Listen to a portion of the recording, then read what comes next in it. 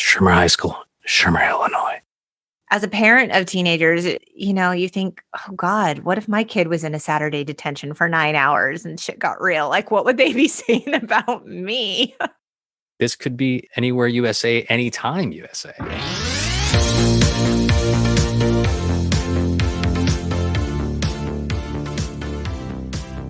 Hello, and welcome to the Untitled Gen X podcast, a podcast dedicated to the pop culture that raised us. I'm Lori, a writer and pop culture lover who, I'm going to sound like such a dork right now. I can't get over the fact that Kenny Stach, the coolest high school upperclassman the world has ever known, agreed to join me on the pod to discuss the absolute greatest high school film of all time, 1985's The Breakfast Club.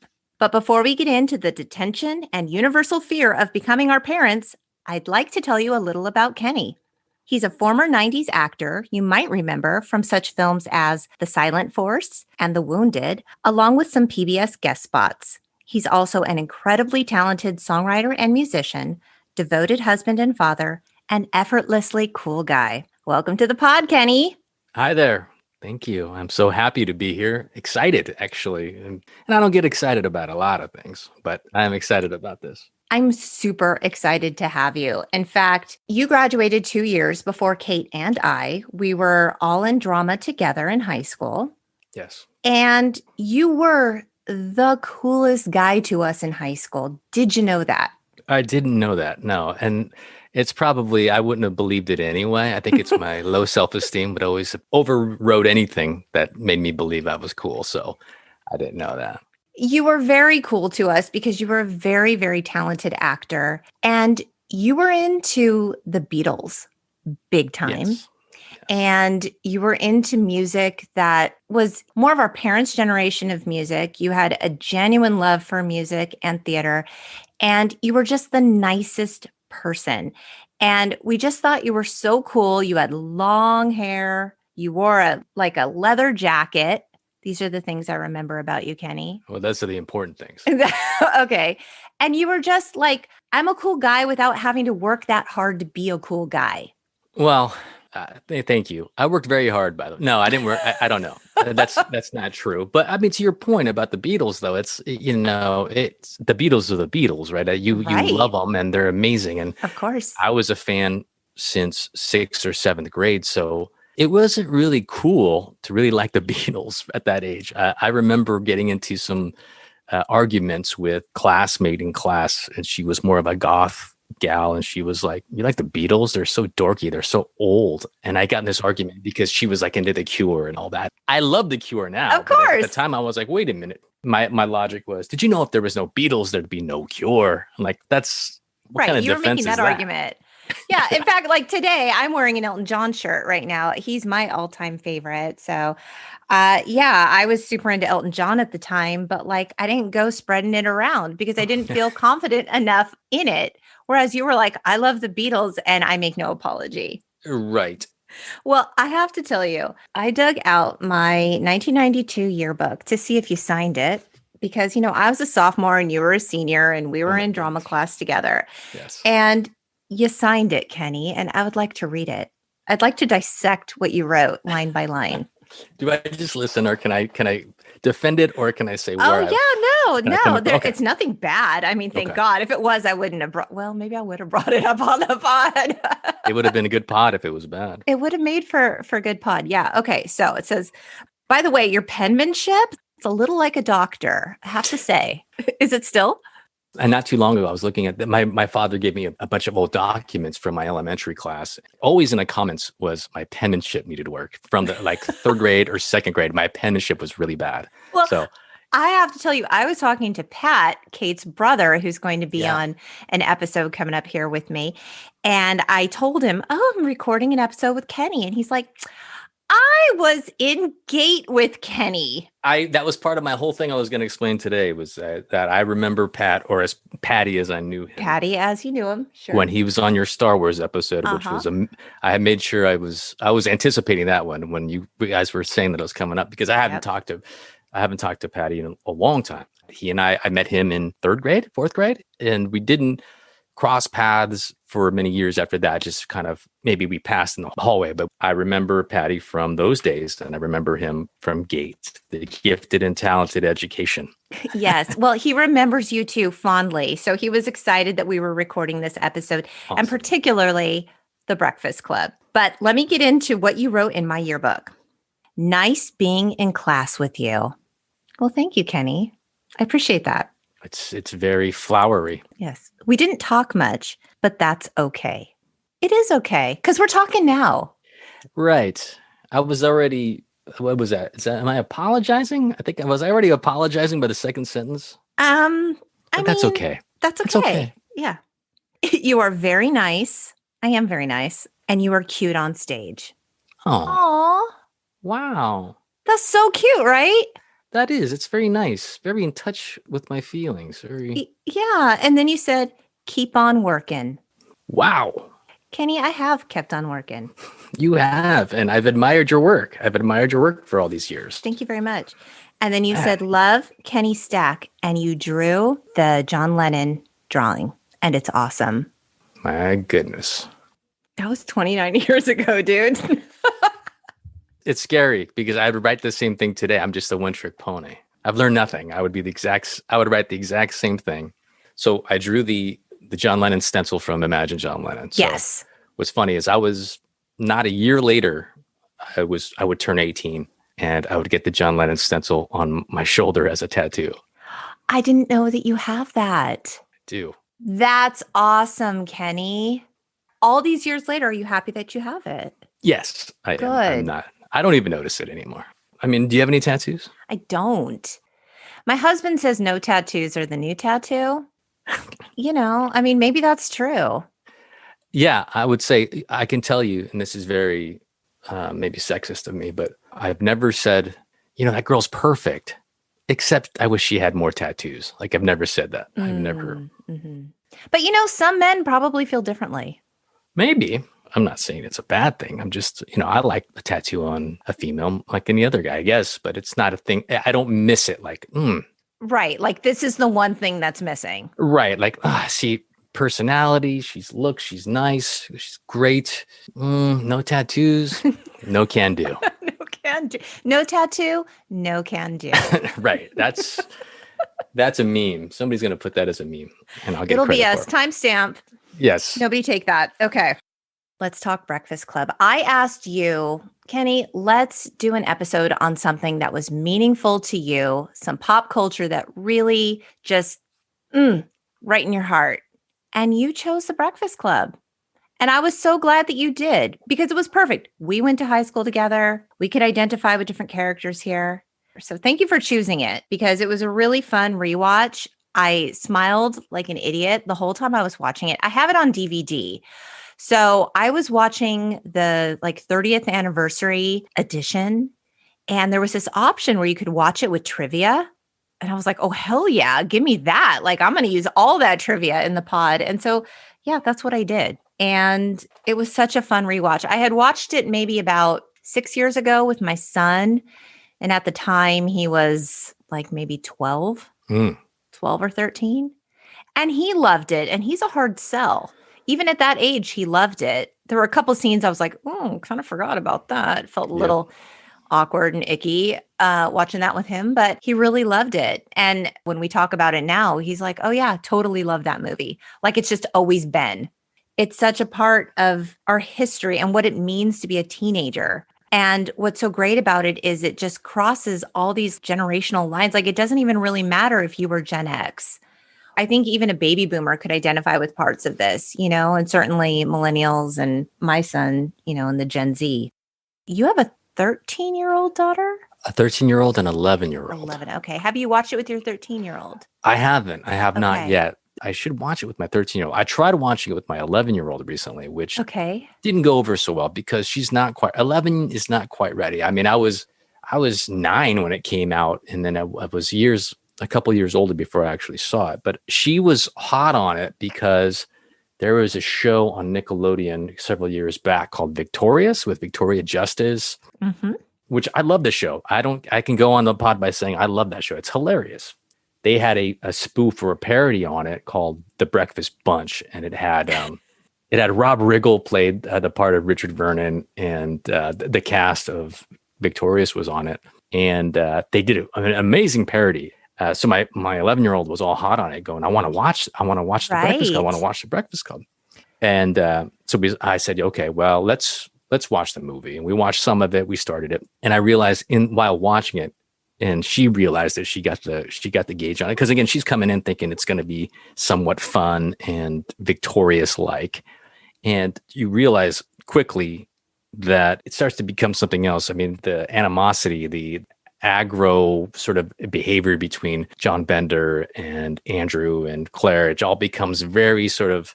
It's heavy. Right. So to answer your question, I haven't seen it. I haven't seen more than that with my 11-year-old, and I have not sat down and watched it with my 13-year-old. But again, those icky parts, and there's very specific parts that you go, oh, that's right. It's going so well. And you go, damn, it goes to this. The first clue is really the R rating. I mean, I'll be honest. I popped it in not thinking twice. I'm like, not that my kid hasn't seen R-rated films. I mean, please, right? My 13-year-old. But I don't know, in talking about, like when Allison was saying how she's a nymphomaniac and all, like I was like, it was just one of those sort of awkward kind of situations. Like, let's impregnate the prom queen. Yeah. And that's like 13 minutes in. So it's like, it's not even, it's quick. It is. And it's, and then you go, don't forget the whole virgin. It's like, they were very obsessed with the virginity. With virginity. Thing. Sure. So obsessed with that. And that's, I can remember at that age, because it's the same time. It's, you somehow, I don't know if it's because you are by nature or because movies like that are telling you to be concerned about it. I don't know. But I remember being concerned. Like, it's not cool. I don't know. And it goes, and maybe I'm jumping ahead, but yeah, there's a whole scene where it's like, oh, it's okay for a guy to be a virgin. Like, it's like they're all shocked. Like, what? Like, my God, like you can. Like a guy has some sort of dominion, whether or not he is or not. There's no female involved in that part of it. But right. I digress. Exactly. Right. He says, I decided I didn't want to be a virgin anymore. It's like, right. Right. Somebody that's has to. That's how that works. Yeah. Yeah, that's how that works. Okay, well, the film was released on February 15th, 1985, to a little tiny $1 million budget. Crazy. I mean, I don't even know how a film this fantastic was made on $1 million. I mean, the set was simple enough. We'll get into that. But it ended up making $5.1 million on the opening weekend, and it has since made $51.5 million in the box office. It's amazing. This film was written and directed by John Hughes, who wrote the original draft in a weekend. Like, oh, hey, I have an idea. I'm just going to sit down and whip this thing out real quick. It's amazing. It's amazing. But, John Hughes, what a treasure. Yeah. He had written and or directed so many of our favorite movies. Kenny, I'm talking Mr. Mom, 16 Candles, European Vacation, Weird Science, Ferris Bueller, Pretty in Pink, Some Kind of Wonderful. He really got like the teenage part of this right, didn't he? It's amazing. 100%. It's astounding, like how tapped in he was to the teenage psyche. And sadly, John Hughes passed away in 2009. Yeah. So we no longer have him. Of all those movies you just named, what would be, obviously Breakfast Club is number one, but yes, what would be your number two? Boy, that's really hard. I think I'm going to have to say Some Kind of Wonderful. Oh my goodness. What's yours? That's mine. What's your pick? It is? Yeah, that's mine. I thought you would have said Ferris Bueller. I love Ferris Bueller, but the thing about Ferris Bueller is he's just so popular, and he's just, Yeah. And you go, yeah, I get it. And like, as a guy, you make one of two decisions when you're watching movies. You go, I either want to be like him or I am like him. And with Ferris Bueller, I guess I was a little more, I want to be like him. But I guess Eric Stoltz's character in Some Kind of Wonderful resonated more with me. Why was that one yours? I just love the story so much. And I just loved the earnest quality of Eric Stoltz's character. His name escapes me at the moment. And it's sort of like in the same vein as like a Lloyd Dobler. It's that guy who really, he's just a good guy who would really treat a woman well, and there's an intensity to it that is romantic if you like a guy. It's a little creepy if you don't. Right. Yeah, right. Like it could go either way. Yeah. We've all been there. Yeah. Like here's a Some fine of us line. more than others. Right. And I really like Mary Stuart Masterson's character too. But yeah, I just think that it's a very human story and not an uncommon one. Yeah. So have you ever wondered where the title of the Breakfast Club came from? Of course. Okay. Do you know the answer? Because I do. I do not. So the title came from Hughes's business partner's son, who attended a high school where the kids called morning detention the Breakfast Club. Now, there were other titles like in the mix with the screenplay, and rejected ideas include Library Revolution. Yeah, that's not the same. And The Lunch Bunch. They made a good choice. They made an excellent choice. Good call. Good call. Yeah. The Lunch Bunch. That sounds like a Nickelodeon show that comes on somewhere between Blue's Clues. I don't know if Blue's Clues is Nickelodeon, but somewhere between Blue's Clues and I forgot those guys' name. But yeah, The Lunch Bunch. The Lunch Bunch. It sounds like a kid's show. Yeah. Huh.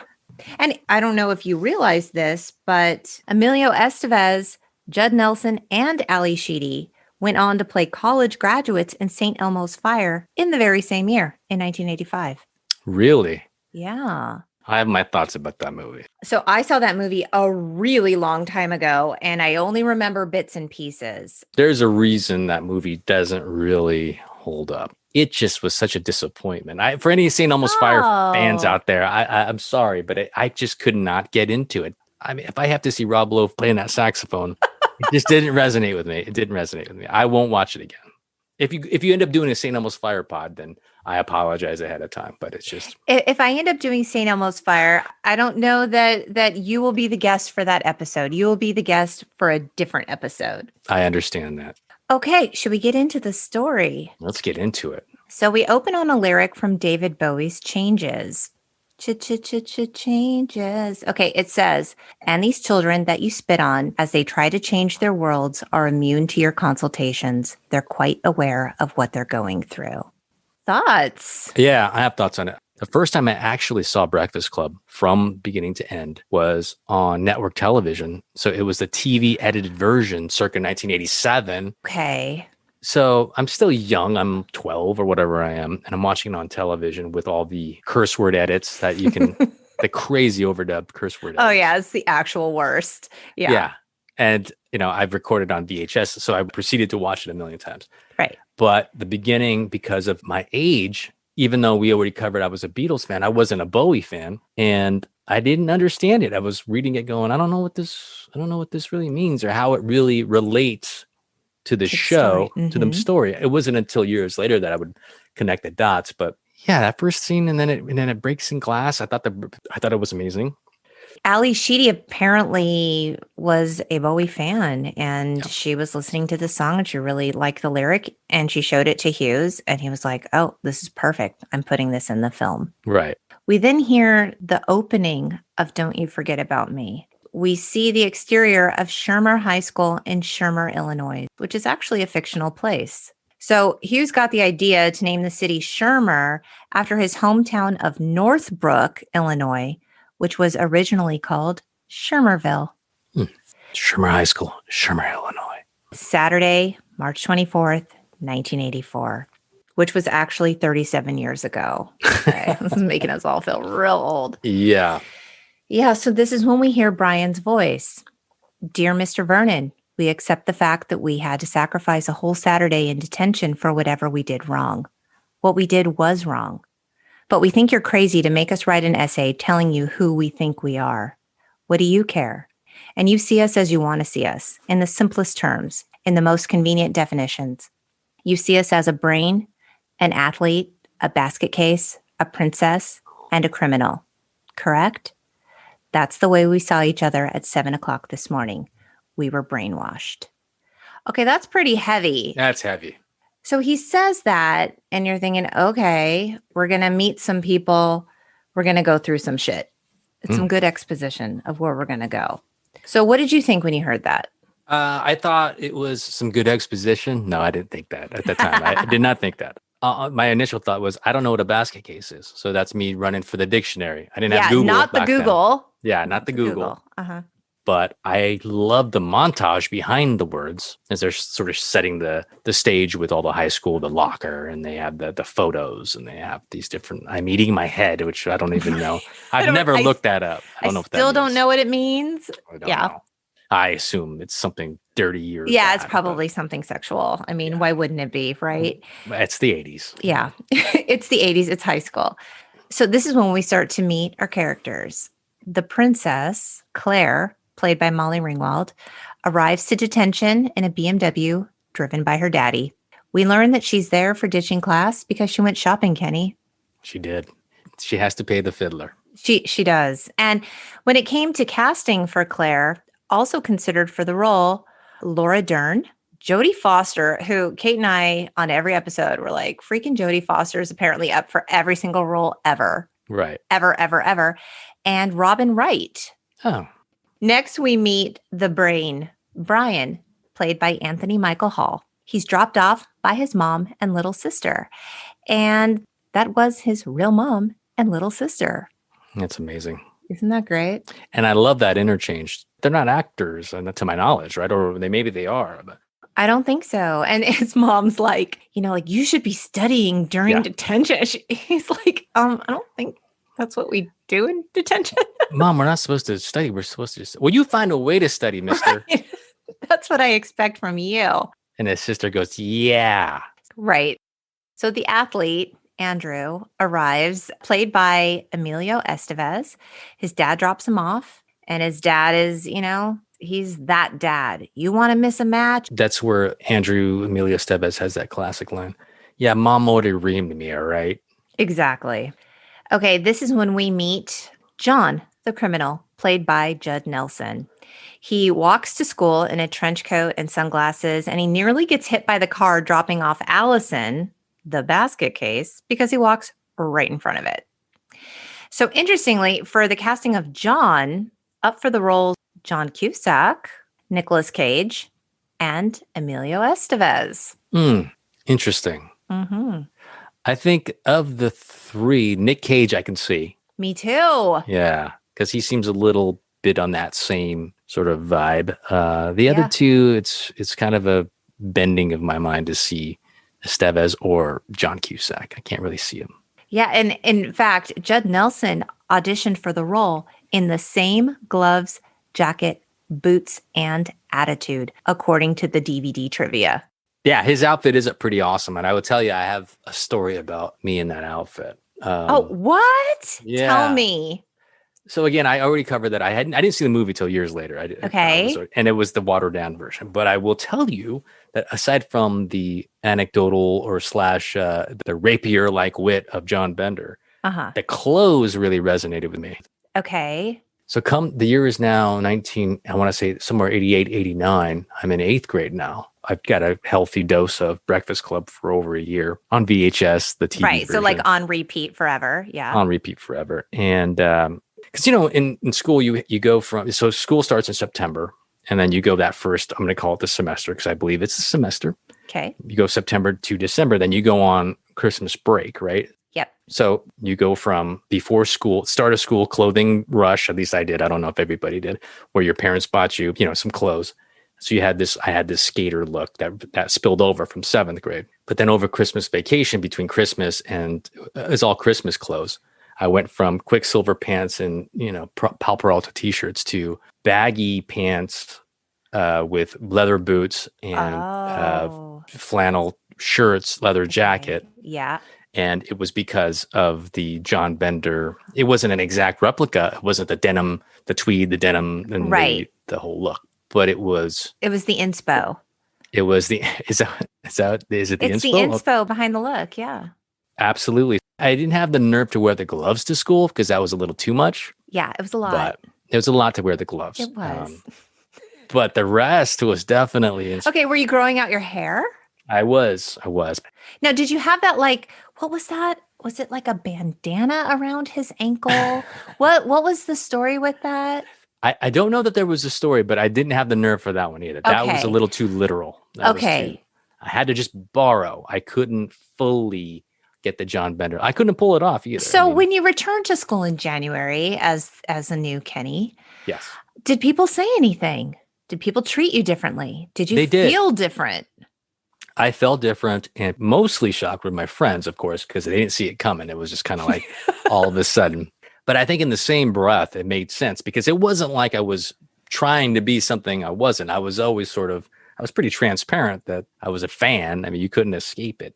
But I remember suddenly the goth kids, or the kids that were left of center, I'll call them. Maybe they smoke, maybe they don't. They were like all of a sudden like, whoa. Like, they didn't come up to me like, what are you doing? They were just more like, all right, dude, nice boots, nice, So nice these were the jacket. kids listening to Depeche and The Cure and The Smiths. Right. They weren't listening to the Beatles and the Monkees. No. Yeah, but. No Elton John. No Elton. No, sadly. So they saw you for the first time, if you will. Yeah, they saw they saw the criminal version of me. Yes. Up until that point, they'd seen, I think, the brain and the athlete. I think this is the criminal version of me. Okay. Soon to come would be the basket case and the princess, but the basket case and princess, they would come later. That would be much later in the game. Okay. So this is when Allison arrives, the basket case, played by Ali Sheedy. And what cracks me up is that she gets out of the back seat of the car. And she's wearing heavy black eye makeup, and her hair, like she's hiding behind big hair. And so for the casting of Allison, up for the role was Molly Ringwald and Brooke Shields. Oh, interesting. I don't see either one of them. And Ali Sheedy auditioned for 16 Candles. And when she went in for the audition, she had 2 black eyes because she got into an accident. She was doing some set building. I don't know what she was doing. I don't know why she was like in play production. She was working behind the scenes in addition to being an actress. I don't know what she was doing. But anyway, so she had this accident where she had 2 black eyes. And the black eyes gave her this like sort of goth look, right? Allie, can you grab that scrim real quick? Can you jump on that ladder? Just hold on. We just need some help real quick. Yeah. Yeah, we're going to stop production. Just Miramax can wait. So Hughes remembered her with those black eyes looking kind of goth, when he was working on the film and they were trying to work out casting. And he was like, you know what? That looked kind of cool. I'm going to call Allie into audition. Boom. That's amazing. She got the part. Yeah. Well, what throws me off about that scene, all that aside, and you say, she gets out of the backseat, which is funny. I didn't even think about them. She's got these struggles, but her parents still take her to detention. They still drop her off. I mean, they take her, but you notice when she gets out of the car and she goes to like look at the driver, like the parent, they just drive away. Yeah, I love it. And it's so it's so classically timed moment. Yeah. But it was so perfect. It's so perfect. It's like they're almost waiting there till she turns in to go look, and they drive away. But I don't know. In my mind, I'm like, well, your parents took you to detention. John's parents didn't take him to detention. That's what I mean. It's 7 a.m. So presumably the time that we're seeing you on camera, it's 6:45 or whatever it is. Like they got up to take you to detention. It's true. They did on a Saturday, early on a Saturday. Right. I actually, thinking back now to John even arriving to detention at all, I'm actually kind of surprised he went at all. Mm-hmm. That's where it runs deep because, inside his heart. Yeah, we will learn.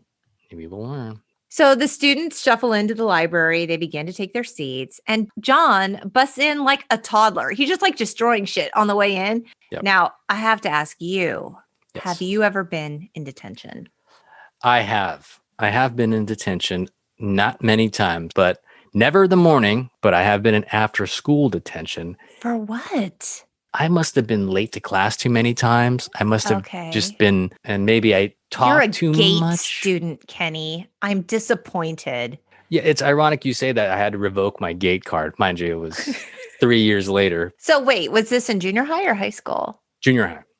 Okay, I got detention in junior high also. I was such a good kid, Kenny. Oh boy. I was the princess, but I was also, I'm not going to say I was the brain because I wasn't the smartest kid, but I was the most obedient.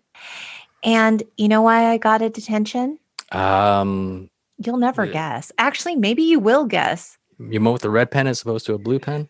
No. So at our junior high middle school, Yes. there was a lawn that you weren't allowed to eat on. It doesn't make sense. It's outdoor. I'm It's trying to lunchtime. visualize where that would be. Yeah. So it was like kind of near the front of the school, and it was lunchtime Okay. and not allowed to eat on the lawn. And Kenny, I dared to drink a Capri Sun on the lawn.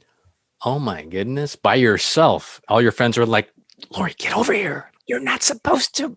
I got busted and I had to go to detention. And let me tell you, the kids in there were mean. I walked in and they're like, who are you? What are you doing here? What did you do? And like, I stated my full name. I told them I drank a Capri Sun on the lawn. And they all wanted to hurt me because I had no business being in there. It was ridiculous. And I was a little bit afraid, not going to lie. But yeah, I served my time. I never did it again. I never looked at Capri Suns the same after that. Right. This movie was filmed at Maine North High School in Des Plaines, Illinois. Hughes wanted to use the library at the school, but it was too small for filming. So they ended up building a library inside of the school's gym. And this is also the same school location used for the interior scenes of Ferris Bueller. Yeah. You know what always bothered me about that whole set of Breakfast Club was the front, and this would come later on in the show, in a movie, it would make sense.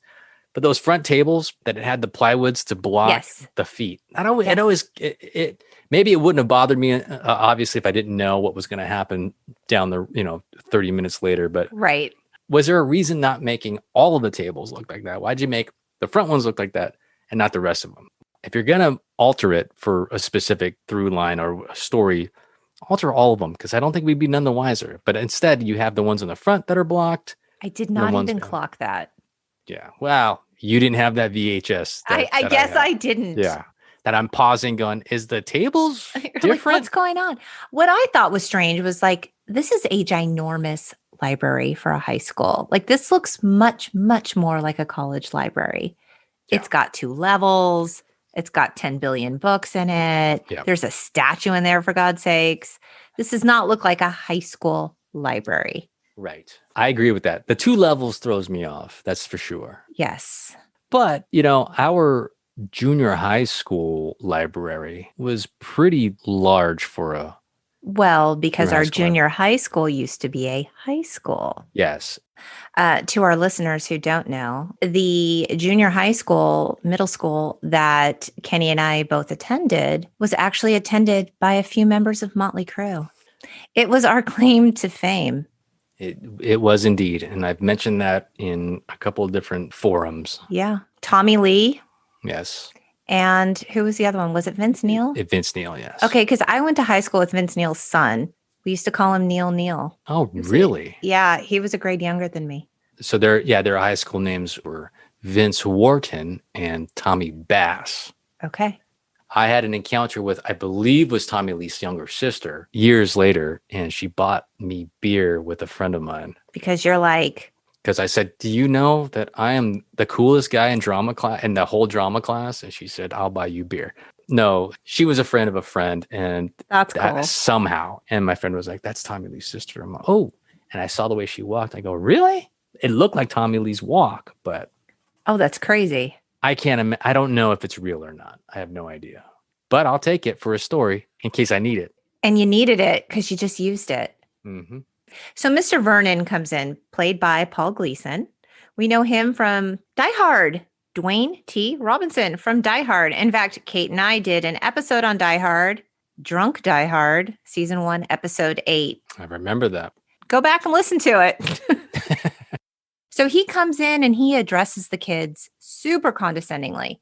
It's now 7:06 and you have exactly 8 hours and 54 minutes to think about why you're here.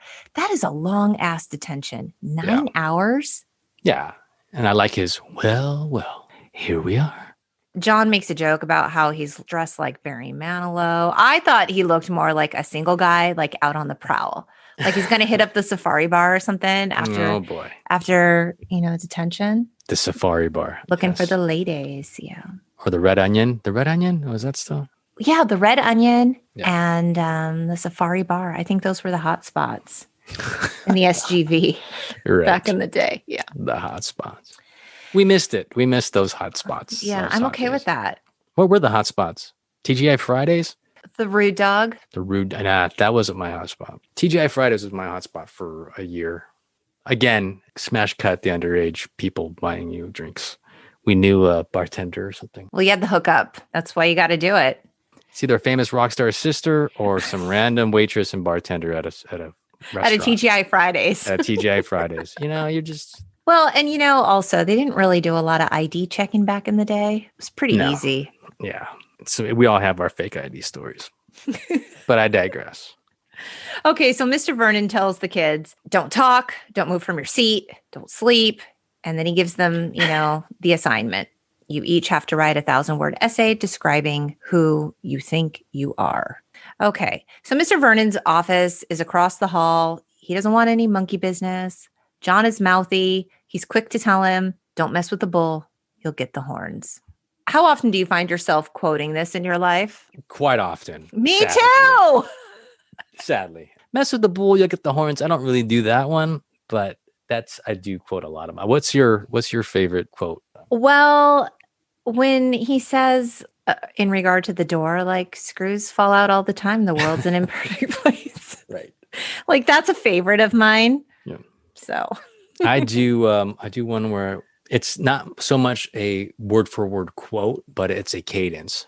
So let's say I'm hanging out with some friends and there's some dead air and I'll go, so.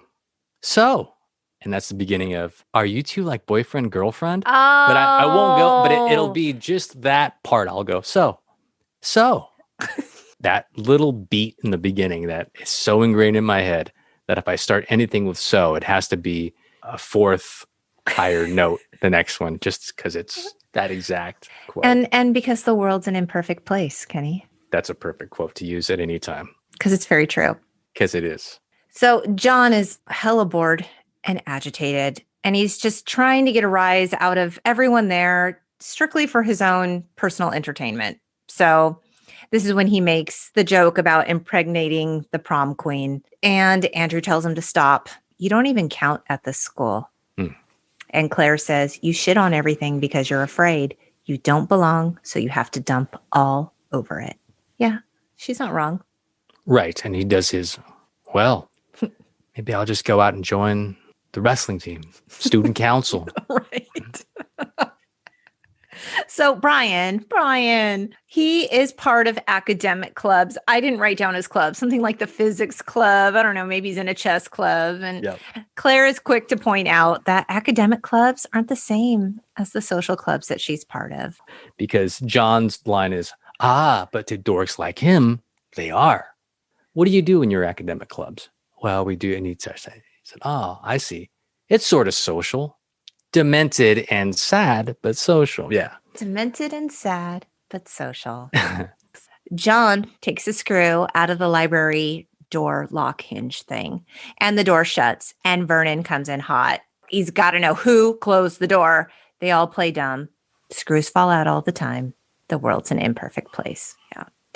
So this is one of a few hot moments between John and Mr. Vernon. They get into kind of like a pissing contest regarding respect for authority, and Vernon keeps giving out detentions to John because John won't shut up and back down. And John ends up with 8 detentions, 2 months of detention. It's in this sort of exchange where we see Claire sort of plea with him. Stop, she says, or she says under her breath, stop, like, right. Stop.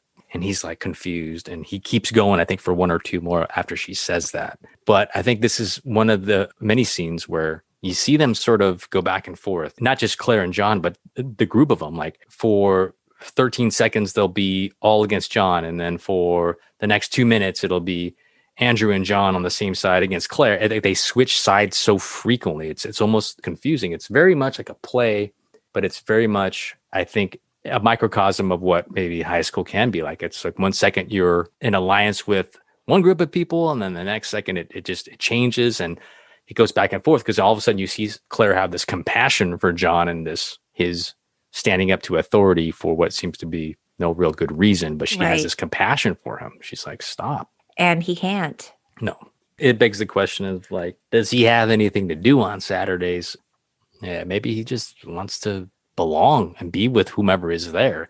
I also, you could argue that if all the people there are unlikely people, presumably never been there before, Right. where are the usual suspects? I mean, there's John. That's a really good question. Yeah, is it usually just him by himself, just sitting there, hawking loogies and swallowing them, or is there other people typically there? Which, by the way, speaking of that was an improvisation on Judd Nelson's part. So let me ask you this. How many times have you tried to honk a loogie and catch it? I have not ever tried to do that. Never tried? I haven't. Am I missing out? It's just colder coming back in than so just gross. when it leaves. Yeah, it's definitely colder. But I would say before it's all said and done, I'd say you got to try it. I mean, really? Yeah, you have to. I really don't. I've made it this far. I think I'm doing all right. Yeah, maybe you don't have to. Okay, so they're so bored, right? Like, detention is hell. This place is horrible. John starts lighting fire to his shoes, in which he also lights a cigarette. Allison does her infamous drawing and adds snow to the house that she drew by shaking dandruff onto her drawing, which was actually Parmesan cheese. Mm. Yeah. John is ripping books and rearranging the card catalogs. Which I thought was amazing. That was hilarious. It's so subtle. He's just talking and he's just shuffling them, right? Yeah, you have to think, you go, what the hell's he doing? And then you go, oh my God, he's mixing the frigging catalog. Kids today would have no idea what he was doing. But here is where we see the first hint of flirtation between Claire and John. When he mispronounces Moliere. Mm-hmm. I just mispronounced it. See how I just did that? Moliere. Yep. And she corrects him. Here's a little bit of trivia. The Chicago Public Library donated over 10,000 books for this film. Wow. Just so John could, rip a bunch of pages out of them. Well, I can say that the whole Moliere bit. So you can imagine for a kid that's watching it for the TV version, it's a little confusing. And he says Mole. The movie line is Mole really pumps my nads. I think that's okay. Name. But the TV version was Mole really blows my mind. And because it's overdubbed, it gets all screwed up when Claire corrects him and then plays that classical music for like that 3 seconds. And it was very flirtatious. And it was like, oh, okay, there's something here. Yeah. Okay. So this is where the kids start revealing a little bit about themselves as they begin to slowly die of boredom. And Claire says her parents are on the verge of divorce. She doesn't think they give a shit about her. They're basically using her to get back at each other. And this is when John tells Claire that she has a fat girl's name and tells her she's going to get fat when she gets older. She flips him off. He's surprised. And sensing she's not as much of a goody two-shoes, maybe as he thought she was, he begins to interrogate her on her sexual history. Dudes, don't do this. Like, it's not funny. It's not okay. It's not funny. I don't know why it was funny then, but it's such a strong theme. It is a strong theme. And I think what it is John gives zero fucks, honestly. And he wants to know. So he's just going to ask. He doesn't care how it comes off. He doesn't care who he's offending. He just wants to know. Well, now, do you find back in the 80s and maybe the early 90s, was there not a preoccupation with this whole topic? Or I feel like it was. Like people asking you personally, or just in your like adolescent consciousness, always thinking like, who's a virgin, who isn't? Right. It's a little bit of both. I have stories of both. I don't know. I'm sure, yes, obviously there was. And, Kate and I don't know if you listened to it. We did the episode on when Brenda and Dylan have sex for the first time on 90210. Of course I lived that. I was jealous I wasn't on that one because that was so a huge fun. episode. It was such a good episode. Not the actual episode, like the podcast episode. Thank you very much. Yeah, it was really good. And so the whole like who's doing it, who isn't. Oh, these people have been, in a relationship for a long time. Oh my God, they've been together 3 months. Do you think they're doing it? Like there was a lot of that in high school. And I think we used to talk pretty openly about it. I'm trying to think, like even in mixed groups. I think that was pretty general conversation, but the interrogation was really aggressive. And I mean, it's a total dick move. I think even at that time, if I was being questioned in that way, I would have just shut down. I would have reacted very much like Claire. There was a lot of shaming / embarrassment about it. I mean, it sounds like you had a healthy dose of it. I don't know, because like Allison says later to Claire when she asks her, are you a virgin? If you say yes, you're a prude. If you say no, you're a slut. Or are you just a tease? Right. It's like these are your three choices. Which one do you want to be? True. There was a shift where people or young kids had more of it didn't appear to be so intense, like such a focus on it. I felt like back in the 80s, there was such a focus on it. I liken it to the Disney Channel and cable and the internet. There was so much out there for kids for their age range that they didn't have to subject themselves to this hurry up and grow up. Kids of the 80s, we were just caught in between being an adolescent and being a grown-up, and we all were just trying to grow up as quickly as possible, which included sex, which included whatever, drugs and whatever it was. I think kids nowadays, they have a place to be and they feel like they belong. I'm not saying there's not outcasts, and I'm not saying they don't have struggles, but I just feel like that sex talk is not as weird and shameful as it maybe was in the 80s. I think a lot of the teen comedy or even just general films for teens they really bordered on raunchy, a lot of them in the 80s. And it was just kind of like the culture of filmmaking back then. And so I think what John Hughes and even Cameron Crowe did that was so great was that they developed their characters enough that they were more well-rounded. It's like sex is a part of it, but like, let's talk about it. Let's have a dialogue about it and what that means. There's more nuance to these things than just having sex or not having sex. There's the feelings that are involved in it. It's what does it mean for the person that you are if you make these choices? What does society think about you? Are you really ready? I think what's so beautiful about their films is that they kind of delve into those questions without making them seem like lessons. Yeah, absolutely. I mean, I think what I'm overlooking is that in the totality of an hour and a half movie, it was probably 4.5 minutes dedicated to it, maybe 5. It's barely anything. We have this scene and you mentioned the Allison scene and where she was talking. Really? I mean, it's maybe 5 minutes. Again, there's a Brian scene with the whole Grand Canyon or Niagara Falls, rather. Yes. It really isn't as much as I'm painting it to be. The 80s were a bunch of shameful, sex crazed time where we all, you're better off not being a teenager. Yes. Andrew doesn't like the way John's talking to Claire. He demands that he leave her alone. He wrestles John to the ground. This is when John pulls a knife, which was actually Judd Nelson's personal knife, and he stabs it into a chair. Right. We meet Carl, once Shermer's Man of the Year student turned janitor. Which is overlooked if you don't pay attention to the first 2 minutes of the movie. Yes, that's pan 2 in the beginning. Yes. Amazing. I didn't catch that again until maybe my 40th time in 1987. You're like, wait a minute, there's Carl. I had to press rewind on my VHS and go, what? Was that Carl? That's Carl. And Rick Moranis was originally cast in the role, but he had creative differences with Hughes over the character. Yeah, Rick Moranis would have made it a little too. I think he wanted to like play him with like a Russian accent. Like it was a very like character driven, vision that he had. And I think Hughes thought like this is a little bit overpowering for. It would have taken it a different direction. Yeah. So John asks Carl, how does one become a janitor? And Carl's smart enough to know that John's being a punk. And he tells the kids, I go through your letters. I go through your lockers. I listen to your conversations. I am the eyes and ears of this institution. And then they all look scared shitless. Especially John, because when he hears lockers, he goes, uh-oh. He knows what's in his locker, not to mention the words he's sharpied onto his locker. Yes.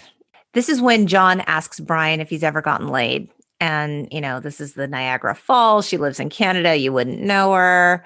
He insinuates that he and Claire have hooked up. And this is when Claire tells him, it's okay to be a virgin. Right. And everybody looks with this bewildered, like, what? John looks like, oh my God, like 16 and a virgin? Can't be. You can't possibly That's exist. so crazy to me because, yeah, I get it. Teenagers have sex. But at 16, I don't know that the majority of teenagers are having sex. I hope not. I mean, right? I mean, jeez Louise. I mean, we're parents. The world's an imperfect place. The world's an imperfect place. Okay, so it's lunchtime. Clara has her little bento box of sushi.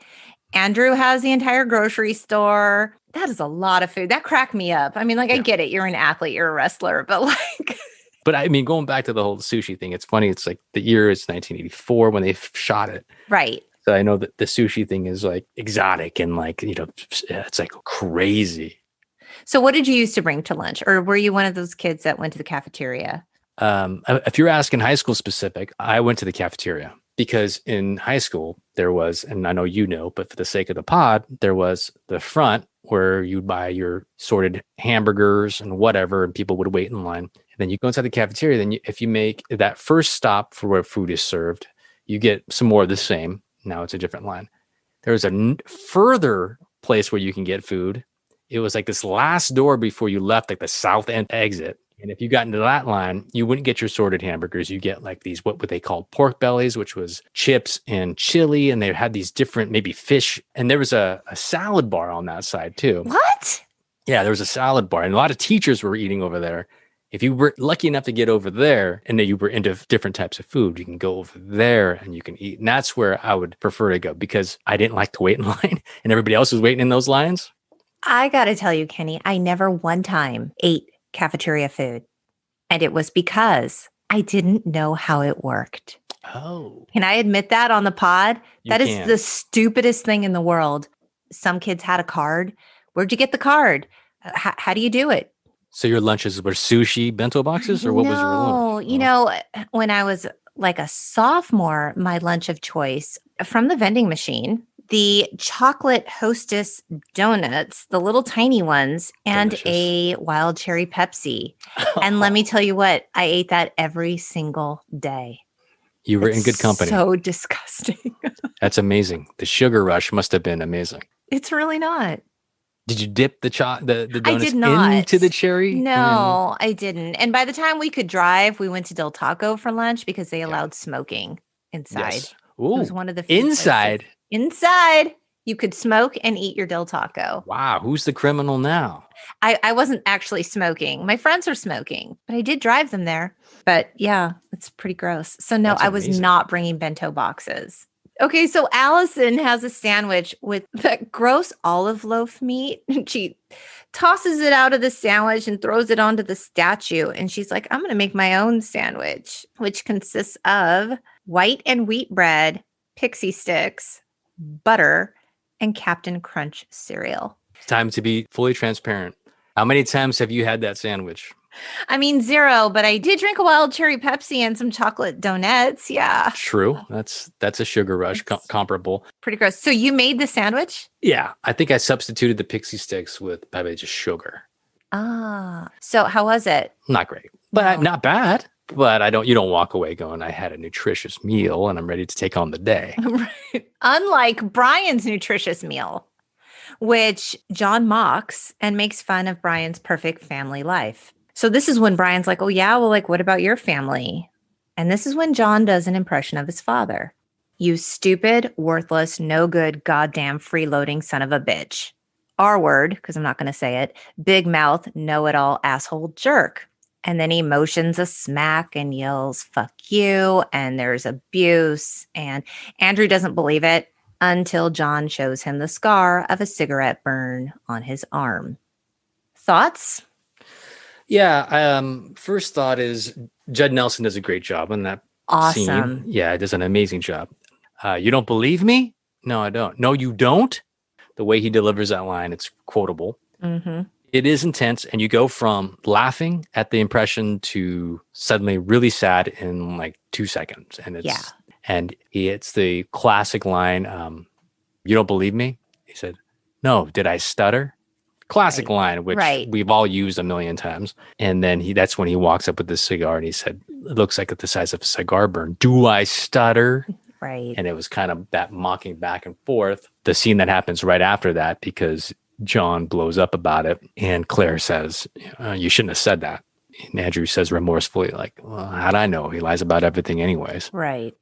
Again, it's that it shows the characters are now, they can be adversaries one moment and then they're really close friends the next moment, which almost leads you to believe like they know each other. And they do, because they kind of know each other, but it's almost this high school clique. Everybody's got to be in this clique. And when it comes down to brass tacks, they are friends, but then they have to pretend they're not. And right. It's this whole, what are your thoughts on that whole? I mean, I just thought now we better understand John. We know there's a reason for all of this aggression and hostility. And I mean, he's just so clearly jealous of what he thinks everyone else has that he doesn't. And, as we learn more about the characters and they share their stories, we learn that nobody has it perfect. But I think we can all agree that John probably has it the worst. So it's critical to the story in that John doesn't show himself to be really very human very often in this or vulnerable. And this is the first time that he lets down his guard. You get the impression that he's perhaps never told anybody this before. And here he's telling this group of strangers because they're in this space where they suddenly feel safe enough with each other that they can be vulnerable. So it's a very powerful moment. And so it helps everyone at least better understand John and be able to empathize with him and why he reacts the way he does and says the things he does and why there's so much hatred and anger in his heart. And it's because he has a terrible home life. That's what it comes down to. And that's where the deep storytelling really shows Oh, itself. Absolutely. Yeah. No, I mean, you think it's all fun and games, and there are moments where it's fun and it's happy and it's jokey. But that is a perfect example. That scene is where it goes back to like you were mentioning earlier. It's, part of it's sex, part of it's just growing up, and part of it is this whole conflict with your parents, which they touch on several times in the movie. And it's so funny because it's like you watch this movie and, we're all still children, whether our parents are living or not. We are always our parents' children. And you watch this and you're like, I empathize with these teenagers. Like, I feel this in a really big way. But now you're also the parent and you're like, okay, well, wait a minute. I want to hear the parents' point of view. Like, is it really like this? Or is this just the way they're perceiving it because they're teenagers? I mean, not in the instance of John and abuse, certainly. But I'm just talking about like Claire thinking, my parents are trying to use me to get back at each other. Like, are they really? I mean, maybe they are, but maybe they're not. Maybe there's a lot more to this story than Claire. And so I start wondering, like, from the parents' perspective, like maybe they're doing the best they can, Kenny. Maybe they have to work a lot and they're not around for Allison. Maybe they're trying to make ends meet. Maybe there's more to the story. And because I want so much to believe that their parents are good people. Right. Because the kids are good people. They're just struggling.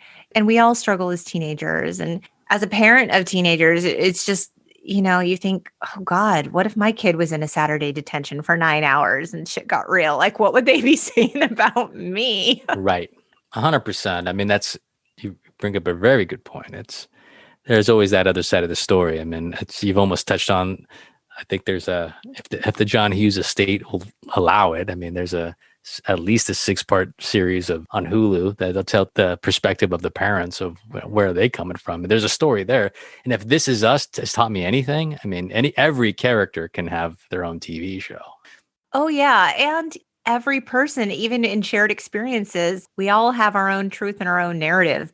So we all experience the same situations differently. So I don't know. I want to believe that they have great and loving and caring parents, but maybe they didn't because it was the 80s and who the fuck cares, Kenny? It was a different time. You can never forget that huge elephant in the room, which is the 80s. And it was the 80s, man. There was everything. There's no holds barred in the 80s. No, it was like original free range parenting, right? Yes. Like it was just go do your thing. I'm not really worried about it. I'm not concerned about it, but don't talk to strangers. Like that was basically it, right? It was. One of the things that catches me about that scene, though, is you mentioned the olive loaf. Yes. It's gross, but the part that gets me is, again, it's my comparison of Allison to John. It's like, so she didn't make that sandwich. Somebody made her that sandwich. Oh, right. Like they drove her to detention and they made her the sandwich. They let her sit her in the back. They both drove her. I mean, I'm assuming somebody's in the passenger seat again. I don't know. I don't think I think it's funnier if no one's in the passenger seat. It's hilarious if there's no one in the passenger seat. But then they get this very specific sandwich. It's not a bologna sandwich. No, it's an olive loaf. And she takes it out and throws it because she's like, not this again. My stupid parents. Your parents made you lunch again? Like, yeah, okay, that's terrible. But I'm telling you, Allison, they ignore you. Pfft. I mean, John doesn't even have a lunch. He's ignored. Right. Come on. Okay, so the kids sneak out of the library and they go to John's locker where he retrieves a big old bag of weed. And it was actually, in truth, oregano. Yeah. Yes. Brian is utterly shocked. The look on his face is so golden during this scene. I mean, I don't know if you caught it, but he's just like, what did we just do? Right. So the kids are trying to get back to the library before Vernon catches them missing. Andrew and John disagree on the way back. Andrew convinces everyone to go his way. They end up at a dead end. So this is when John passes the weed off to Brian, poor saucer-eyed Brian, and sacrifices himself for the good of the group so they can get back without getting caught. And this is when John diverts Vernon's attention. He ends up getting caught in the gym. And Vernon leads him back to the library and tells the kids that he's there for pulling a fire alarm. I don't know. This kind of hurt me when he tells the kids, you know what, you guys, you think John's so funny. Why don't you go visit him in 5 years and see how funny he is? He just humiliated him in front of that group. It was disgusting. And he took him out of the library and put him in a storage closet. Right. You can't do that. No, I mean, obviously, Mr. Vernon, Richard Vernon, he's got a lot of issues. He's got a lot of, when we would see it in his talks with Carl and other scenes, I mean, he's got a lot of issues. I mean, he struggles. But yeah, you can tell he's got this beef with John Bender and the whole. He really does. I mean, he attitude. Threatens him. He straight up threatens him. And John's like, is that a threat? And he's like, who are they going to believe? Right. Honestly. And he's so angry. He begs John to punch him in the face. And then when he doesn't, he calls him a gutless turd. And I think it took everything in John's power not to. I agree. I mean, it's got to be startling, and it's shown in his face. And as much as you think at 16 years old, 17 years old, as much as you think you're equal to these teachers / adults, if it gets down to that level, I think it's crossed a certain line where you're thinking, man, this is really getting to a level that I didn't expect coming here at 7 a.m. on Saturday, albeit for the 24th time. I wasn't expecting this to happen. Not today. Not today. So this is when John escapes the storage closet and climbs up into the air vent. And he's telling a joke about a blonde, a poodle, and a 2-foot salami that actually has no punchline. I will have you know. I can imagine people have written the punchline. I've thought about it. Hey, but. I mean, I'm sure it's a good one. So John falls through the library ceiling, and this is when he hides under the table that bothers you so much, Kenny, with the yes. front. Now it's all coming full circle. Here's my construction issue. So this is when Mr. Vernon comes in demanding to know what the ruckus was. So John's under the table that Claire is sitting at, and he puts his face right between her legs. Guys, don't do that. Right. If I need to say it. And so this is the third, fourth scene that makes it hard to watch it with a young teenager. Yes, exactly. Yes. So they're all covering for him. We don't know what you're talking about. I don't know. And so Mr. Vernon leaves, and this is when John retrieves his weed from Brian, and one by one, they all follow him to go and smoke out. And this is when we get to see Andrew's cool aggro dancing gymnastics. And you know that scene where he screams and he breaks the glass? Years later, Hughes called that scream an extraordinarily bad idea. Yeah, I'm very glad to hear him say that. I've been thinking about this for years. You've been mad about it for a while? I've been mad about it for a while. I remember having this conversation with a friend back in those days, and she was saying that's the dumbest scene ever. And I was like, why are you being so harsh on it? But I looked at it and I go, you know what? You're right. All of a sudden it takes this comical, impossible sort of angle. Although, they are stoned at the time. So maybe that's sort of part of it. Like maybe it didn't really break. They just thought it broke. Like I'm trying to take it from a surreal sort of perspective, but it's not like it was so high pitched that it would have broken the glass. Like, right. But I'm glad to hear him say that now. And I think had he not had that, like, would it have suffered? Absolutely not. yeah, Had they not had that glass breaking scene, it wouldn't be like, oh, I love the scene, but something's missing. Like she's everything, but where's the tattoo? It never would have come up, You would just move on. Well, I was thinking, like, was this supposed to be the connection to the beginning title card with the Bowie quote that shatters? Wow. Was this the moment? Is that what that was? Wow. Blow my mind with that thought. That's real deep. Yeah, I tried, Kenny. That's amazing. Yeah, I don't know. But like, if it is, they can relate it to this is the moment that they are quite aware of what they don't need your consultations and they're quite aware of what they're going through. And now through the storytelling that we've reached at that point, now it's like we realize whether they realize it or not, they are aware of what they're going through. They're very aware with they are. Their parents' situation and what they're thinking. That was the only thing I could figure. But hey, Hughes called it a bad idea. And, I'm inclined to agree. Yeah. This is when Carl catches Mr. Vernon in the basement reading the confidential employee files and demands $50 for his silence. So back in the library, the kids are going through each other's stuff. Allison has a shit ton of stuff. She calls her home life unsatisfying and reveals that she wants to run away to someplace better.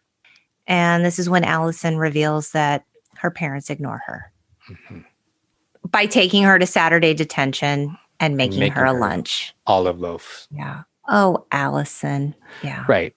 And really, whose home life isn't unsatisfying when you're a teenager? Everything sucks when you're a teenager. Your parents are the stupidest. Right. I mean, please. Our kids don't think that, Kenny, but like. Right. No, our kids accepted, but yes. Mr. Vernon tells Carl that he thinks that the kids today are just getting worse. And he's afraid for the day that they're in charge. And I wrote, ha, ha, ha, sucka. Yeah. So, yeah, I mean, I think every generation kind of thinks that, right? Absolutely.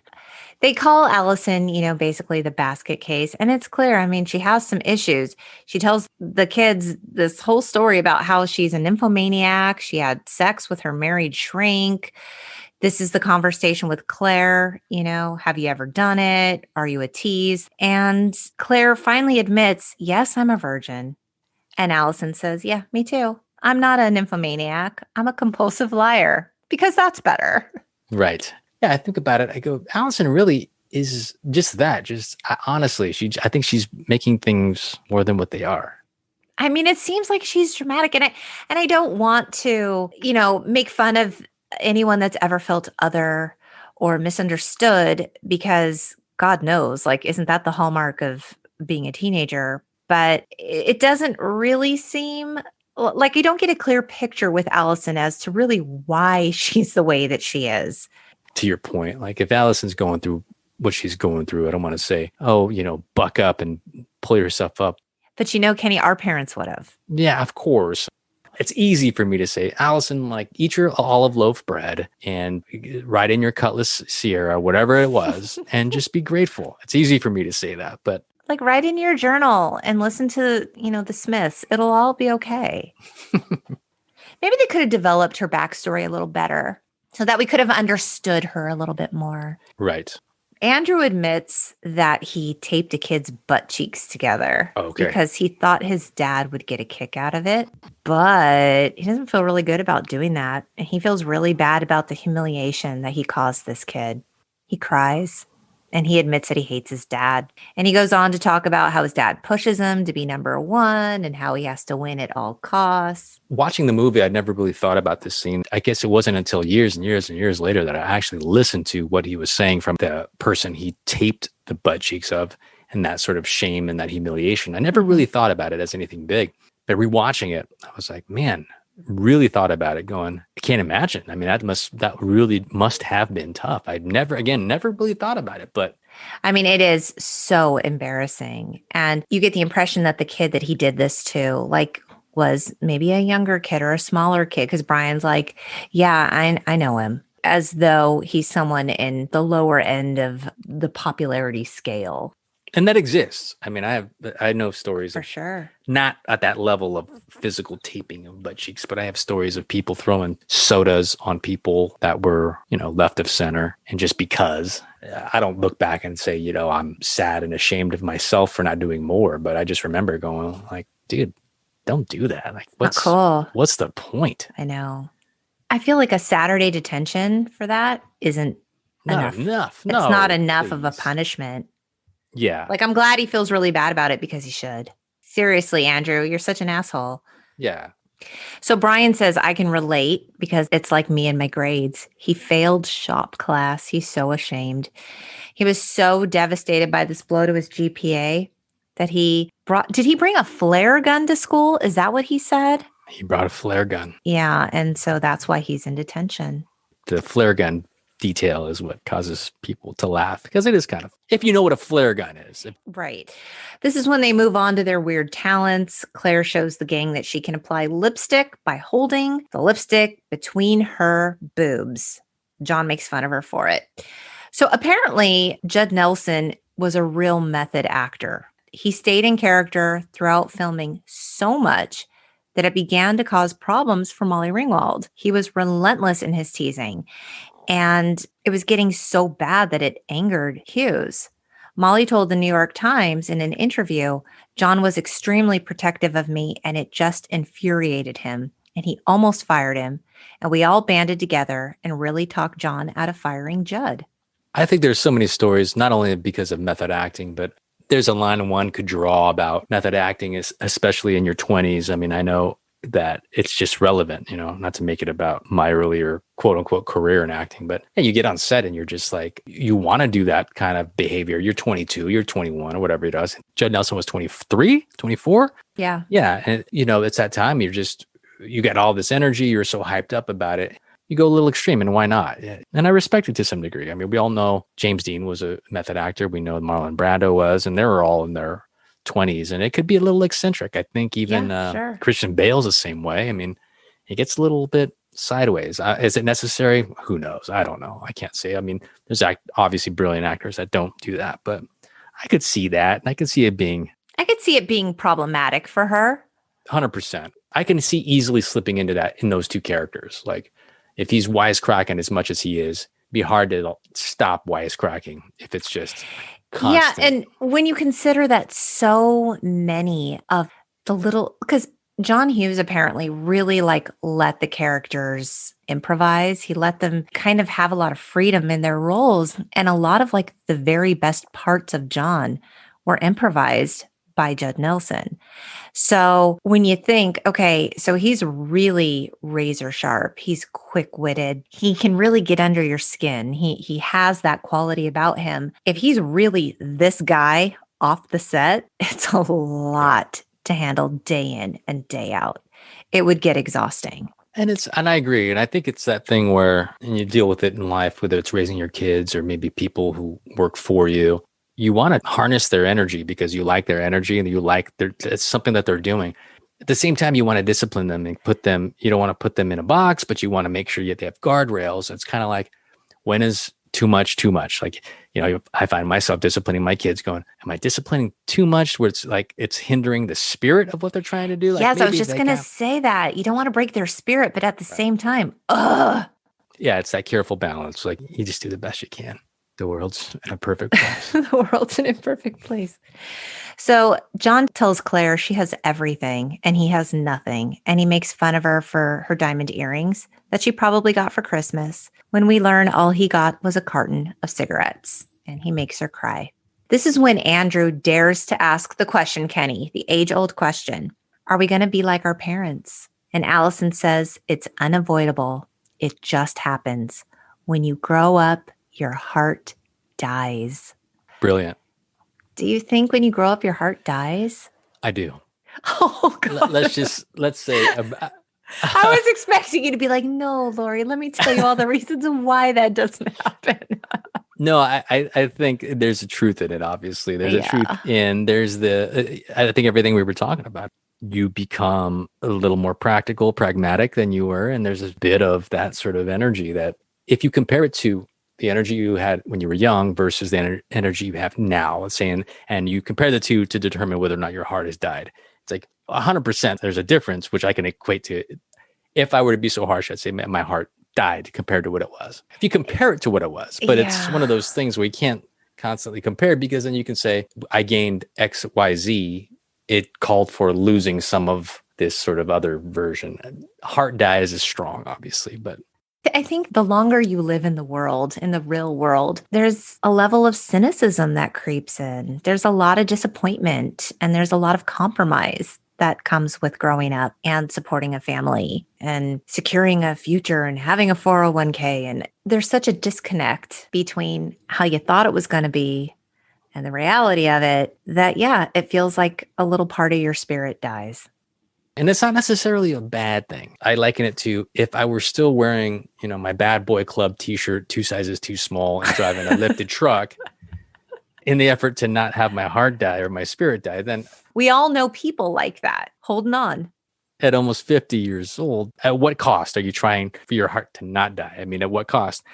And there's beauty in being able to navigate with all those responsibilities and still have heart. I say your heart dies, just that version of your heart there's some of that's going to die. You're not going to smoke cigarettes and Del Taco anymore. No, sorry. You're not, because they don't allow it. Exactly. The world's an imperfect place. The world's an imperfect place, and no more Del Beef burritos for you. Yes, no more. No, now you have to worry about cholesterol too. So there's that. Exactly. Brian asks, are we all going to be friends come Monday? Claire says no. And John calls her a bitch. And she tells him, I hate you. I'm just being honest. Popularity is everything, right? So she's not going to be friends with the basket case and the criminal and the brain. And Kate and I did an episode on Can't Buy Me Love where we talked about popularity in high school not really being that big of a deal. Like it was a much, much bigger deal in middle school and junior high than it was in high school. It's a weird thing to consider that you can only be friends with this small, narrow group of people who look like you. Did you find in high school, like you could be friends with anybody? It didn't matter. Oh, totally. I mean, it wasn't a big deal, right? It really wasn't. I mean, again, I didn't feel like I was unpopular or popular. I just felt like I was hanging out with my friends. If I went through my yearbook and I know some of the people because they had senior most, and some of the people, like I had no idea who they were. Like, who are these people? Like, I was like, what? How'd they get the votes? Yeah. My point being is there's a whole thing going on with popular people and unpopular, but like nobody really knows or cares, right? I don't think that anybody. I don't think so either, but it's really sad because Brian's like, I consider you guys my friends. And like, they've had all these hours together. They've shared their most intimate secrets. They've been brutally honest with each other. They've experienced this whole range of human emotion in this time. And they're probably closer to each other on this day, in this moment, than they have been with any of their friends ever. Yes. And so to think that they would go to school on Monday and just ignore each other is so sad. I was thinking about this. I liken it to this weird microcosm and there's these classes where you have this person that you sit next to, maybe because it's your last name and they go by alphabetical order. But for that hour in that class, you guys are best friends. You don't talk about like my parents, this and that, but you guys are best friends. You guys joke and everything is cool. But as soon as the bell rings, you go outside. It's like, you don't ever talk you say bye and that's it. Like you don't talk to them again and you go back to your quote unquote real life or whatever that is. So I can see that's kind of a microcosm to it. I can see it happening where in that detention, you can bond with people. And I mean, maybe as we see at the end, the way it all unfolds, maybe they are in their lives, each other's lives more than they thought they were going to be. Yeah. So we find out that Allison is in detention because she didn't have anything better to do. And they all laugh. But really, Kenny, we're not laughing because her parents got up early in the morning and they took her to detention and she didn't even have to go. She should have walked. I was on the fence about whether or not Allison was the most hated character in this movie when I started this podcast, but I'm slowly believing that she is. Yeah. I mean, I think we can all agree. Let us know, you guys, who's the most hated character in The Breakfast Club? I mean, we love them all. Of course we do. They're all like our children. But like if you had to choose, it's Allison, right? It is. But then is this where we ask who's our favorite? Well, we definitely want to know who's the character you most identify with. I mean, we want to know that. Kenny, Who's the Yes. character that you most identify with? I mean, can we safely say John? No, you can't safely say John. Okay, you just borrowed the look. This is the look, the inspo. Okay, the inspo. So, so it's John looks Brian Hart. That's a very good assessment. Are you going to answer that question, or are you saving it to the end? No. I mean, I would say I was a cross between Brian and Claire because he was a rule follower. Like, yes, sir. Like he knows the custodian. Like he's a nice guy with the purest heart. In fact, Ali Sheedy nicknamed Anthony Michael Hall Milk and Cookies on this film because he apparently was like the sweetest guy ever. He hated that name. And I feel like that was probably me, but I was also probably kind of superficial and maybe a little bit vain like Claire. Yeah. So this is when they all dance in the library and Molly Ringwald does that like signature 80s pop dance. That was supposed to be a scene where she danced alone, but she felt so weird about it that they made everybody dance. So, I mean, it's a fun scene, whatever. It is. It would be weird though if it was just her and then everybody else was sitting around watching like her. what? Watching her? That's weird. That's weird. John goes back up into the vent to return to the storage closet. And this is when Claire asks Brian if he would write the essay, like a collective essay for the entire group, because they're all going to write the same thing anyway. And you know what? They trust him. Flawless logic from the pretty girl. I'm like, you just got him to do your dirty work. Like you just sweet talked him and he bought it, but fine. Claire gives Allison a glow up. Where did all those clothes come from? I know that Allison had a bunch of stuff in her bag, but she didn't have like pretty clothes.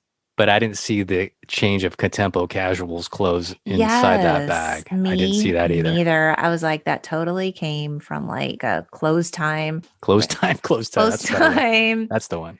Allison walks out. She looks so different. She looks beautiful. And Andrew's like, what? This is when Claire goes to the storage closet and John's like, are you lost? Yes. And she kisses his neck. It's a weird move. It was kind of a sexy move that she just showed up there because when John says, you know how you said your parents use you to get back at each other? Wouldn't I be outstanding in that capacity? Yes, he would. We're missing the part where, and again, back to the quotes. And this is less a quote than it is a gesture. When Claire asks, were you really disgusted by what I did back there? Yes. And John does the classic nodding of the head and he says, no. Yes. It's like, yes, that's the coolest thing ever. It was. If I could tell you how many times I try to fit that in a conversation between the years of 1987 and 1989, we wouldn't have enough time on this pod. We'd run out of tape. Yeah. So Claire ends up giving her diamond earring to John. And they kiss in front of her dad. This is after detention is dismissed. They kiss in front of her dad when he picks her up. And I was like, oh, now, yeah, she's stirring the pot with her family. I always found that bizarre. I'm like, that's a little bit much, right? The long goodbye. She's leaning up against the 1987 BMW. They kiss. Like it's a bit much. Would I sit in my BMW sedan waiting for my daughter to kiss this unruly? Hell no, you would not. At minimum, I'd be laying on the horn going, can you hurry up? Like not? That's so disrespectful. But she did it on purpose. So Andrew and Allison kiss and she rips off the Letterman patch. Yes. Oh, so perfect. So I'm like, okay, are you guys a thing now? Maybe, maybe not. Or she just took the Letterman patch as a souvenir because nothing's going to come of it. Right. It's going to be one of two things, a souvenir. One of three things that they're going to be a thing. It's going to be a souvenir. Or she's going to do voodoo rituals if he decides that he's going to ignore her. I pick that. Yeah. I pick C. I like that. And then it segues into the movie The Craft. Another beloved Gen X classic. Yes. So when Brian's dad picks him up from school, that's actually John Hughes. Oh, that's wild. Yeah. Okay. So this is when Don't You Forget About Me begins to play. And this song was written for the film by Keith Forsey. And he wrote the song after watching rehearsals. And of course, it was performed by the Talking Heads, I said. Simple Minds. Simple Minds. Something with the upper regions of your body. With their head or her mind. Simple Minds. Okay. So The soundtrack peaked at number 17 on the Billboard Top 200.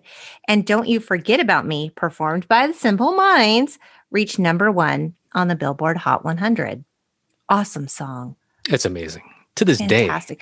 Yes, it's still so good. As soon as you hear that intro, you make a couple decisions. You're either going to just let it play or you're going to sing the hey, hey, hey part, right? You make so good. No matter where you are. You could be in the middle of Whole Foods, the post office. I also read some trivia that Billy Idol was supposed to record that song and do that for the movie, but he turned it down. Did you say that already? Or did I just? No, you just said it. Yeah. I didn't even know that. And I guess he recorded it on one of his greatest hits records. So I have to listen to it because it almost sounds like him, right? I mean, I think at the time I thought it was him. Interesting. So this is when we hear Brian reading the essay again, and he signs it, The Breakfast Club. And in the very last scene, we see the iconic image of John walking through the football field with his sunglasses and his trench coat, where he gives that infamous arm pump into the air, which was actually an improvisation by Nelson. How do you feel about that? See, I have my thoughts on it. And by the way, the cadence and the tone of my voice, I'm sure you can sense it's not the most... It's not beloved to you? It's not beloved. It's not, unilaterally great in my mind. But I thought it was fantastic. I loved it. In fact, I loved it so much. I wanted to recreate that when my son graduated high school. Oh, nice. With his graduation gown. He refused. So he loved the movie, but not that much. Right. I don't know. I mean, it's iconic, and obviously I love the song and everything. I think even when I was young, I was like, but why? Why what is it? Are we celebrating that you kissed the princess? Are we celebrating that you made it through another Saturday? I just didn't know. I wasn't clear with the fist. I'm going to call it a pump. I don't know what it is, but yeah, I'm calling it a fist pump too. I'm not exactly sure. Like I didn't know what he was celebrating per se. Maybe I was too young to realize he's seen life at a different level now, and he's happy and he sees hope and he's turning over. I think that's what it is. Like, I feel like now he feels a sense of belonging, that he doesn't have to be so much on the outside. Okay. He opened up his heart. He was vulnerable. Now there's this girl. He's got these friends. I don't know. I mean, he's in for another 8 weeks of detention, which really sucks for him. But which will be weird if nobody else is there again. It's going to be just him and Vernon, or maybe Allison will go back, or maybe she'll be busy with Andrew. Again, it's more of the reboot of what happens on Monday. Right. But if you put it that way, which I never really thought about it, was maybe that's what it is. Maybe he's truly, at the risk of looking cheesy and corny about it, he's just like, I'm happier than I was when I entered this place at 7:06 this morning. Yeah. So as an end of filming gift, Hughes gave each actor a piece of the library's banister. So hopefully they all have that. Did you know that the film's poster featuring the 5 kids sitting all close together, the iconic? Yes. Okay. That was photographed by Annie Leibovitz. That's amazing. Yeah, I didn't know that.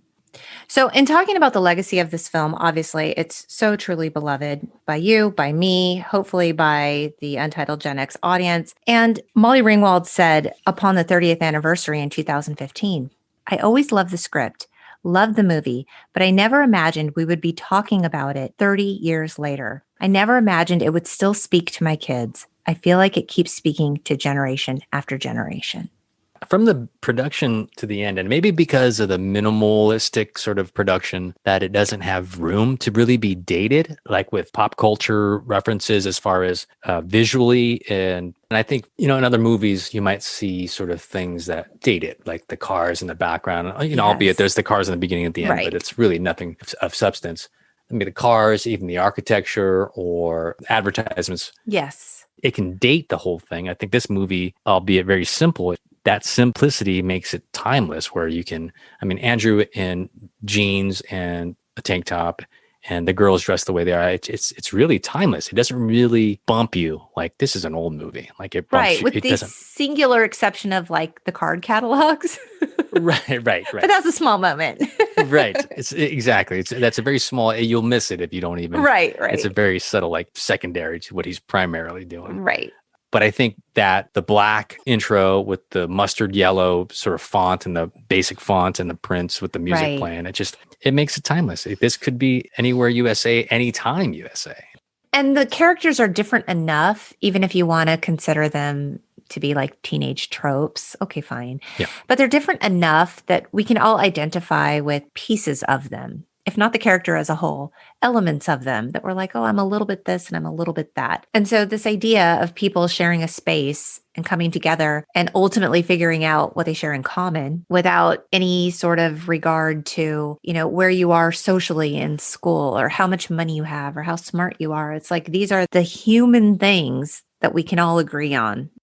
It's a beautiful theme and it's a wonderful reminder. And I think that's what makes this so timeless. At the heart of it is that it's a lesson that we kind of need to be reminded of. And it made a really big and lasting impression, obviously in pop culture, but also in how we tell teenage stories. I found an article in The Atlantic called The Emotional Legacy of the Breakfast Club, and it was written by David Sims. And he suggested that this film really paved the way for films like Stand By Me, Dead Poet Society, Say Anything, School Ties. And it even suggested, it says, even the more artsy hits of the early 90s like Dazed and Confused, and yes, Boys in the Hood, feel loosely connected to the character-driven origins of the Breakfast Club.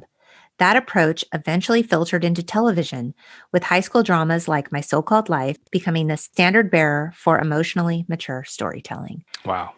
Yeah. Thank you, John Hughes. Absolutely. And it's totally true. I mean, the legacy is amazing when you really line it out that way with those titles and those TV shows. You can't help but see it. Maybe you don't think of it, but when you say it out loud, you go, man, I can see it. It's amazing. Any last thoughts on The Breakfast Club?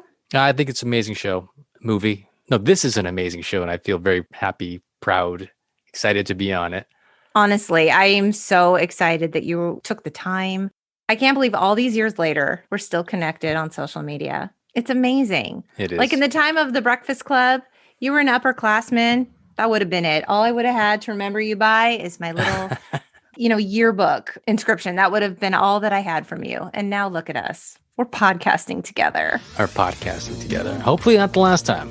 You were an awesome guest, and I'll definitely be asking you to come back. Absolutely. Okay, cool. Okay, and to you, Gen Xers, thank you so much for listening. There are a lot of pods out there, and your time and attention are a genuine gift. You can find us on the web at theuntitledgenxpodcast.com and on Facebook and Instagram at The Untitled Gen X Podcast. We hope you keep in touch, beautiful people. Bye. Bye.